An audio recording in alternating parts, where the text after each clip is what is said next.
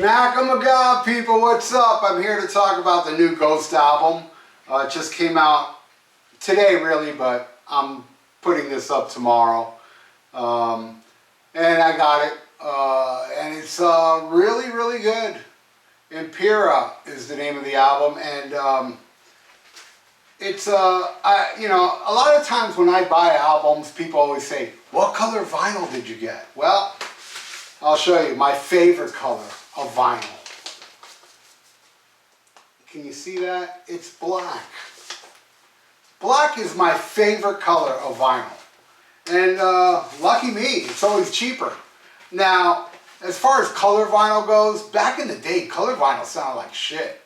Now they sound just as good as black vinyl, so if I have no choice, I'll buy a color vinyl, no problem, if black is not an option. But I don't know, maybe it's because of the way I grew up, always having black vinyl. Color vinyl doesn't really impress me, but hey, I'll buy it if I have no choice, not because it's a color vinyl, because I want the record. And now, color vinyl sounds as good as black vinyl. But anyway, before I get into the songs, it brought this really cool book inside with all the lyrics and shit, and all that artwork that it has is kind of like medieval, freaky artwork, and I really dig it. You know, it's a nice little thick book with the lyrics and pictures, and it's pretty damn cool. And I'm digging this album cover, man. It's so Ghost. And all right, now I've heard it 3 times already, you know, and I took notes the 3rd time. And here's what I think of it, okay? The first song is called Imperium, and it's a nice little instrumental, you know, soft beginning that builds up with some militaristic, is that a word? Militaristic or military type drumming through it all. It's a good little build up for what's to come. And then it goes into a song called Cariciran. I think I'm pronouncing it right. I know I'll pronounce it right in the future. This is all new to me. Man, great catchy opening guitar playing with this awesome female scream that kicks off the song. And so poppy. You know, it's really, you know, like the last album, Prequel, it kind of like is carrying on the tradition. You know, for me, my favorite Ghost album is the first one. It's very different than where they've gone, but you know, I mean, I like it though. I like this poppy nature of Ghost that they've really embraced the past couple albums. And here it's the tradition, and it's like, it's like pop that doesn't make me cringe like, you know, modern pop. And I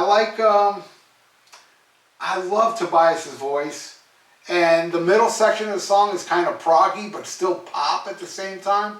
Very unique song, and it's a great opening track. I dig it, man. Next one is called Spillways, that is so catchy. And again, this is like what I said, a natural progression of Prequel, and it's commercial with that macabre lyrics that he's known for, and you know, and the contrast of pop and that macabre nature is so fascinating to me. I really do find that fascinating, and that guitar solo is so melodic and awesome. It reminds me a little bit of the solo in the song Rats, and I love this track. This track is a contender of being my favorite track off the album, but it's too early to say, so we'll see. Next one is called Call Me Little Sunshine. And this one really sticks out on the brain, you know.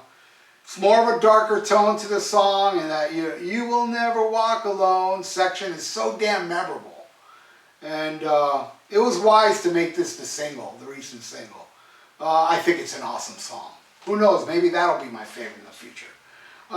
Next is Hunter's Moon. I think this is the first one I heard like a few months back. They put this up, and the first time I heard this song, I was happy. I was like, yeah, it's still got that You know, it sounds like something from Prequel. You know, I love Prequel. I thought Prequel was a great album, man. It's my second favorite after the first one.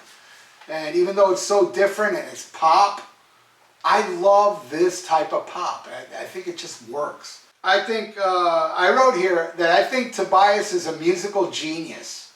Yeah, that's what I think. I know he's got a lot of haters out there, so suck on that. And like I said, the pop that he has here, he's like, he gets all these elements of pop music that I don't really like, but he makes it work somehow. I don't know. It's weird to put into words, but it's like, I don't know. That's why I think he's a genius. He gets things I don't like. Sting. He gets things I don't like, and he makes it work, and he makes it awesome. I think Hunter Moon is a fucking awesome song, and like I said, man, he makes that pop sound flawless.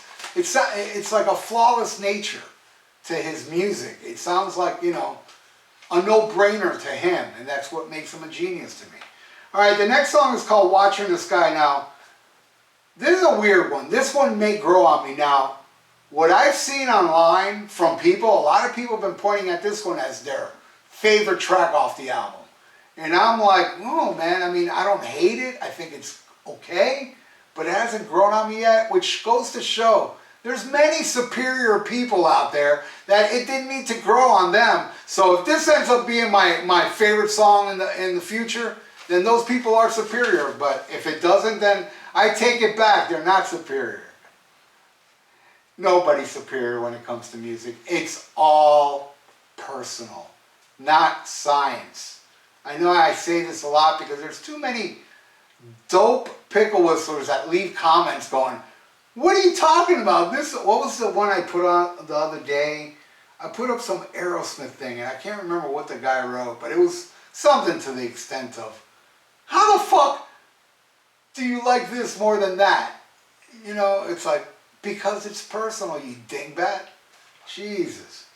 But this song, Watching the Sky, didn't really grab me like the other tracks.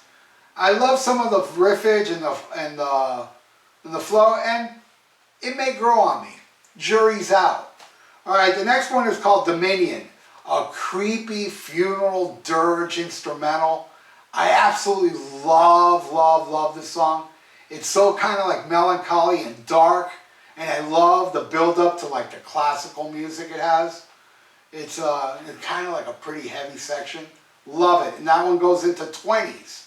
Now, this is probably the heaviest track on the album, and first time hearing it, because I saw this video a week or two ago, they put up a lyric video to it, and I'm watching it and I'm thinking of the 1920s and stuff. It's got that vibe, but then while listening to it now, I'm thinking, wait a second, we live in the 2020s, so you may be talking about this decade, which, look man, I'm an old dude. Seriously, I have never experienced how fucked up the world is starting with 2020. And we're only 2 years into this shit. Hopefully it'll get better. But, man, with the pandemic and the political separating of people and the media, you know, brainwashing, you know, the right and the left, you know, I've never experienced such fucked up shit. And now throw a war in, you know, in the mix. And it's just like, fuck, man. There goes somebody in Hialeah right now showing off their car. All right, and what else did I write? It's dark. This song is dark as the times. And it kind of sounds like an evil dictator, you know, singing this track. Like, you know, listen up, motherfucker. You know, it's... You know, I could probably see this become my favorite track in the future. We'll see. Alright, what's next after this? Darkness at the Heart of My Love. I think this one's amazing. It's a soft song, kind of in the realm of He Is, which is my favorite track off Melanoria, whatever it's called. I absolutely love this song. This one I don't think is as good, but hey man, I've only heard this 3 times. But I do like it a lot, and I don't know if this will be my favorite in the future. I really don't know, but you never know with the first 3 listens, you know. But I do love the track. I think it's cool. Then it goes into Griftwood. And that riff, that little ding, ding, ding, ding, that, man, correct me if I'm wrong. Did Angus Young invent that? Because I can't think of any song, 'cause I've heard many songs after. Like, you know, you hear it in Shoot the Thrill and, you know, I Put the Finger on You, the way that starts. That kind of guitar thing that Angus Young, did I just say Angus Dung? Angus Young rules. He's the opposite of a dung, whatever a dung is. Doesn't sound good, dung. Maybe I should change Pickle Whistler into dung. It's just a dung. Where Angus is not a dung, he's a god. But hey, correct me if I'm wrong. Write in the comments a song that had that guitar thing that Angus does. Dung. What Angus dung. What Angus does. And, because I think Angus invented it, but I could be wrong. But anyway, that's predominant in this song. You hear it a lot. And I can see this be a future single. It's kind of in the same vibe as Dance Macabre from the last album. But, you know, it's a great melodic track, and it's another great melodic guitar solo. Kind of short, but it's ripping, man. It's pretty damn cool. I love this track, Griftwood. All right, the next one is called Bite of Savage. Bite of Passage. Not Bite of Savage. That's a cool name for a song. Bite of Savage. Bite from Savage. Oh, whatever. I got to keep going because I'm being a complete dung. Bite of Passion, which is a short little instrumental, which is pretty much the beginning of the last track, which is this Respite of the Spiral Fields, where, you know, and again, the first three listens, the first listen, it didn't really grab me at all. Second listen, it was okay, it grabbed me a little better. The third listen, I was like, well, you know what? I'm still not too on board with the beginning of it. But I like the little build-ups in the song.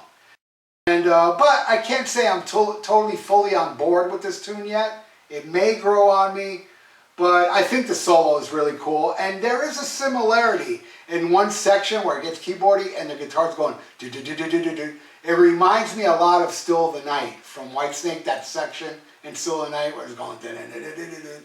It reminds me a lot of that. And I think this may be a grower, you know. I like where the song goes more than how it begins. So that's it. I love it. I think Ghost is an amazing band. And there's not, man, I can't think of any band that's been around the last 10 years that are popular that I like, except for Ghost. There's many new bands I love, but they're not popular. Ghost is very popular. And I love them. I loved them the first time I heard that first album when it first came out. I thought it was fucking amazing. The second album, but then I started getting into them, you know, Melanoria and so on. Started getting into those albums more, but then Prequel, like, blew my mind. Is it better than Prequel? I can't tell you yet. I gotta let it grow on me. I just got this album today, and I heard it 3 times in a row. So, just to do this review. So there you go. That's my review of Impera. Impera? Whatever. I can't pronounce Ghost album names. I know there was another one that I did, I don't know, Currently Cranking On or something, and I said the title, and then, you know, we had some dung say, hey man, it's pronounced like this. Whatever. Anyway, there you go.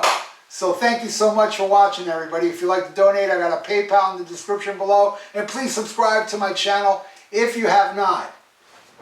You will never walk alone, so stay frosty. Listen to Black Sabbath and SHMACKEMAGOB.